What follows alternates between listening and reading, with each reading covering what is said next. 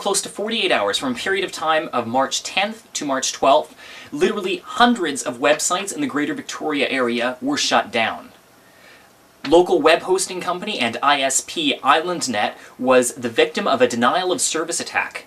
Local television station CIVI has the details. IslandNet is under attack. The phones are ringing off the hook.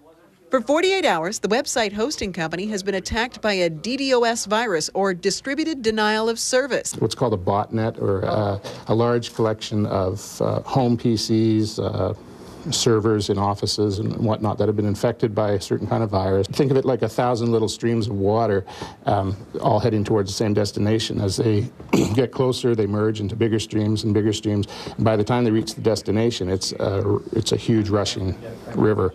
The cyber attacker sends thousands of emails and floods a particular site.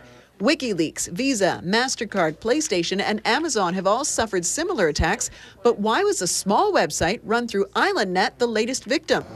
The customer in question, we're not sure why they're a target, because they've got a little tiny website, has to do with wildlife and nature. There's absolutely nothing controversial about it.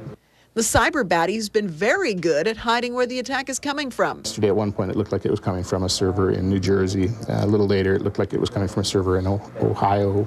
With the help of Bell Media, IslandNet's bandwidth provider, full service was restored by noon. The backlog of emails were kept in a holding pattern and resent once IslandNet was up and running. Thrifty Foods is an IslandNet customer. Their online shopping service was not affected, but their main website was spotty on the busiest day of the week. Well, Wednesday is the day that our flyer breaks. So obviously we see a pretty decent increase in traffic to thriftyfoods.com. And naturally, there was an inconvenience for our customers. CFAX 1070 was without reliable web service for 24 hours. So obviously a place where we update our news from our newsroom on an hourly basis. It's a place that people can go for webcasting to find out exactly what's on our radio station any given hour. We do have podcasting that's available on it as well. So what's the solution? IslandNet isolated the infected site and gave all other customers new IP addresses. Morley was awake 27 hours straight and even manually changed some IP addresses. Customers were also showing up in person at the Langford office looking for cyber help. Because as you know, this is my busy season. Morley says IslandNet clients who are still having trouble should reboot their computers. In Langford, Mary Beth Burton, A News. Eventually, this hacker group forced IslandNet to suspend the account of the person holding the website in question.